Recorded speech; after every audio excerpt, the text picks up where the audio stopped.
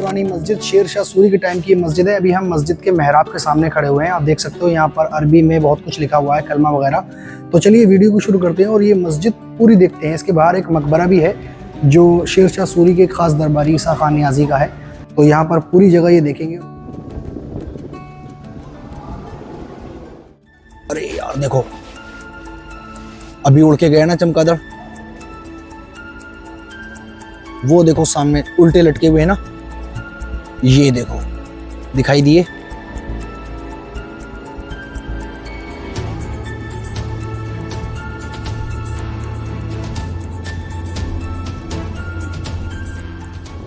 तो दोस्तों यहाँ की काफ़ी इंटरेस्टिंग स्टोरी है। वो सामने जो आप दरवाज़ा देख रहे हो वहाँ से भी हमने एंट्री की थी और हम खड़े हुए हैं ईसा खान के मकबरे के बाहर की तरफ। ये मकबरा ईसा खान ने अपनी ज़िंदगी में ही तामीर करवा लिया था, यानी कि मरने से पहले।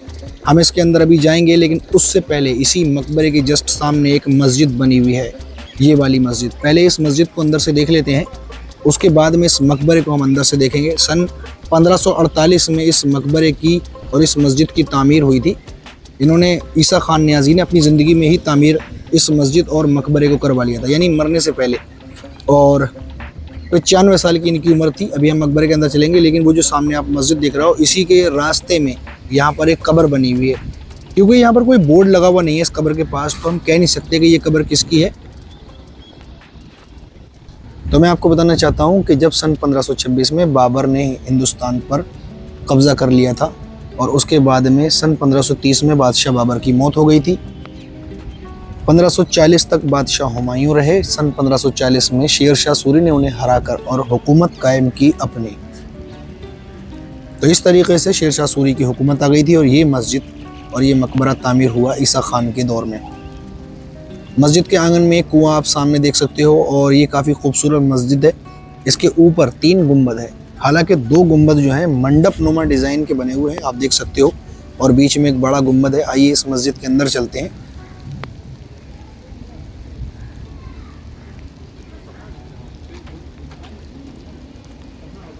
सबसे पहले हम इस मस्जिद को अंदर से देख लेते हैं। इस मस्जिद के अंदर 3 गुंबद और 3 ही मेहराब हैं।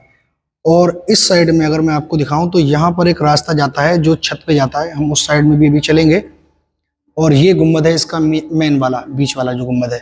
तो यहाँ से हम स्टार्ट करते हैं। ये वाला जो मेहराब आप देख सकते हो, यहाँ पर सेम इसी तरीके से तीनों मेहराब बने हुए हैं। ऊपर की तरफ अल्लाह लिखा हुआ है और एक इसके ऊपर एक ताक बनी हुई है जो चराग के काम में आया करती थी पुराने ज़माने में। और यहाँ पर भी कुछ आयतें लिखी हुई हैं अरबी में। और सेम इसी तरीके से इस साइड में भी एक मेहराब है और ये बीच वाला गुंबद है। मस्जिद की कंडीशन काफ़ी अच्छी है, ऐसा लगता है टाइम टू टाइम इसकी रिपेयरिंग हो रही है। और इस मेहराब के ऊपर की तरफ आप देख सकते हो यहाँ पर छोटे छोटे कंगूरे बने हुए हैं जिसके अंदर अल्लाह लिखा हुआ है। और नीचे की साइड में यहाँ पर कुछ अरबी में आयतें लिखी हुई हैं, ये देखो। और बीच में बिल्कुल यहाँ पर एक तख्ती सी लगी हुई है, इसके ऊपर कलमा लिखा हुआ है और यहाँ पर नीचे भी कलमा लिखा हुआ है। तो सेम इसी तरीके से यहाँ पर भी एक मेहराब है और ये ऊपर जाने का जो है ना रास्ता है यहाँ पर। तो ये ऊपर इसके रास्ता जाता है, लेकिन काफ़ी यहाँ पर अंधेरा है। मैं लाइट जला लेता हूँ। ओहो भाई, यहाँ तो बहुत सारे चमगादड़ हैं, ये देखो। मैं जूम करके दिखाता हूँ, ये देखो यहाँ कितने सारे चमगादड़ लटके हुए हैं ना उल्टे। और इसके ऊपर जाने का रास्ता भी बंद है। तो इस मस्जिद के अंदर नमाज नहीं होती है और यहाँ पर शूज़ लेके ही लोग आ जाते हैं। मस्जिद के मेहराब के पास में खड़े हुए हैं, आप देख सकते हो यहाँ काफ़ी अरबी में बहुत कुछ लिखा हुआ है।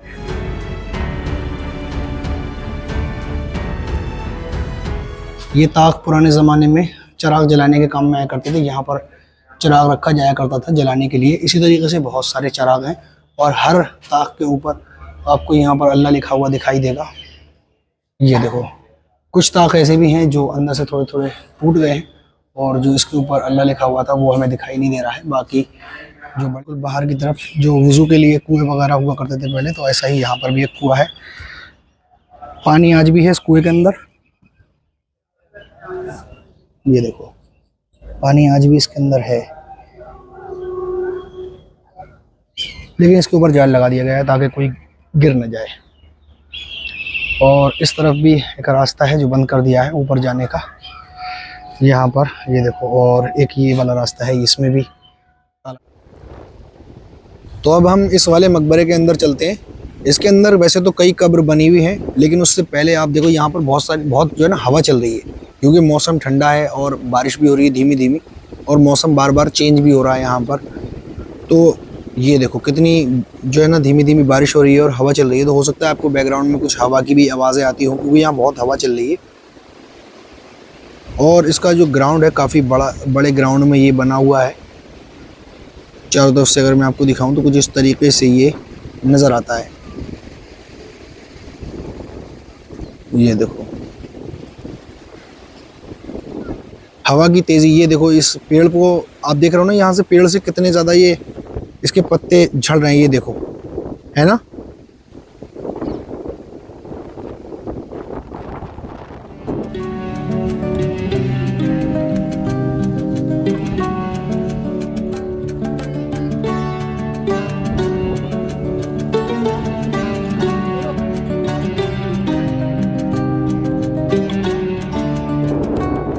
अब मैं आपको लेके चलता हूँ इस मकबरे के अंदर, और साथ ही साथ यहाँ के बारे में कुछ जानते हैं। तो ईसा खान नियाज़ी का जो जन्म हुआ था, जिनका ये मकबरा है, सन 1453 में इनका जन्म हुआ था और सन 1548 में इनकी मौत हुई थी। अगर देखा जाए तो ये तकरीबन 95 साल की उम्र तक ज़िंदा रहे।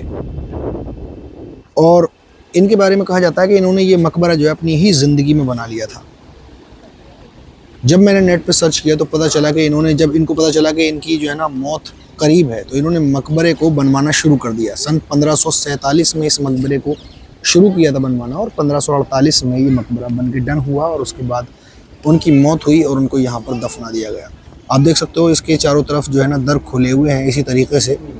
आइए इस मकबरे के अंदर चलते हैं और मैं इसको आपको अंदर से दिखाता हूँ।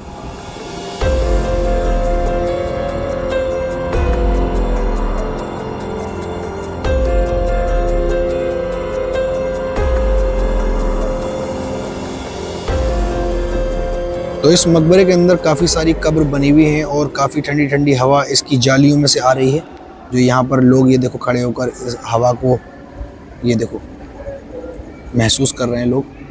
और कई कब्र इसके अंदर बनी हुई है, लेकिन कौन सी कब्र किसकी है ये कहा नहीं जा सकता। ऐसा मालूम होता है कि इनके परिवार के ही लोग इसके अंदर दफन हैं।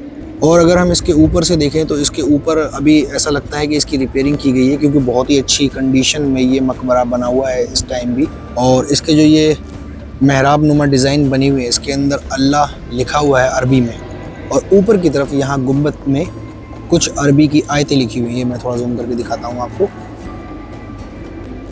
अच्छा, ये कब्र जो है इस मकबरे के अंदर जो बनी हुई कब्र है, इसके ऊपर भी सरहाने की तरफ कुछ अरबी में आयतें लिखी हुई हैं। मैं आपको नज़दीक से दिखाता हूँ, ये देखो। तो इसके सरहाने पे आप ध्यान से देखोगे तो यहाँ पर दोनों साइड में अल्लाह लिखा हुआ है और ऊपर की तरफ कलमा लिखा हुआ है अरबी में।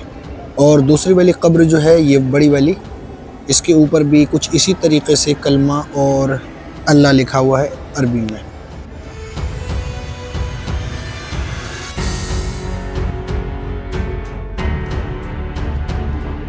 और ये जालियाँ हवा के लिए हैं। मैं भी बाहर से भी अभी आपको ले जाके दिखाऊंगा, ये देखो। अच्छा, इसी के मकबरे के अंदर एक जगह और है जो ख़ास है, जहाँ पर कुछ अरबी में लिखा हुआ है। ये सामने आप देख सकते हो, यहाँ पर पूरा जो है ना मेहराब बना हुआ है, जिसके अंदर ये अरबी में लिखा हुआ है, ये देखो। तो यहाँ पर कुछ अरबी की आयतें लिखी हुई हैं, और इसके अंदर भी जैसा हमने अभी मस्जिद के अंदर देखा था, सेम वैसा ही इसको डिट्टू बनाया गया है जैसे मेहराब में वहाँ पर है, ऐसा ही यहाँ पर एक मेहराब बनाया गया है। और इसके ऊपर यहाँ पर कुछ कुरान की आयतें उखेरी गई हैं लाल बलुए पत्थर के अंदर। यहाँ इसके ऊपर जाने का रास्ता है, लेकिन वो बंद है, ये देखो। तो इसके ऊपर हम जा नहीं सकते, लेकिन चमगादड़ की आवाज़ें यहाँ से आ रही हैं, है ना, शायद आपको आती हो आवाज़। तो यहाँ भाई इसके अंदर तक हवा आ रही है।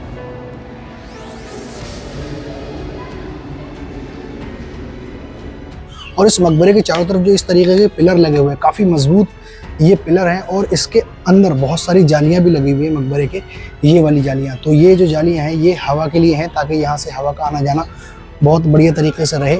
और इसको चारों तरफ से अगर मैं आपको दिखाऊं तो कुछ इस तरीके से ये चारों तरफ से बना हुआ है। इसके चारों तरफ ऐसे ही पिलर लगे हुए हैं।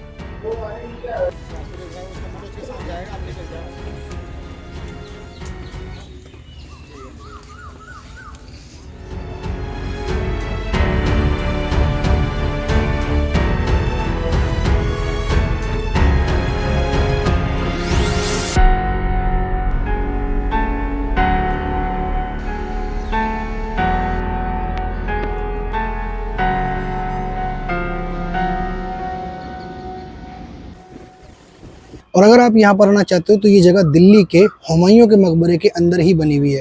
हुमायूं टॉम के अंदर आप जैसे ही एंट्री करोगे तो एंट्री करने के बाद आपको राइट हैंड पे ये मकबरा और ये मस्जिद मिल जाएंगे। तो दोस्तों आज की ये वीडियो आपको कैसी लगी मुझे कमेंट करके जरूर बताइएगा। अब मेरा यहाँ से जाने का वक्त हो गया है। वीडियो पसंद आ गई है तो वीडियो को लाइक करके चैनल को सब्सक्राइब कर दीजिए, ताकि आने वाली वीडियो आप तक आसानी से पहुँच जाए। मिलते हैं फिर एक और नई वीडियो में।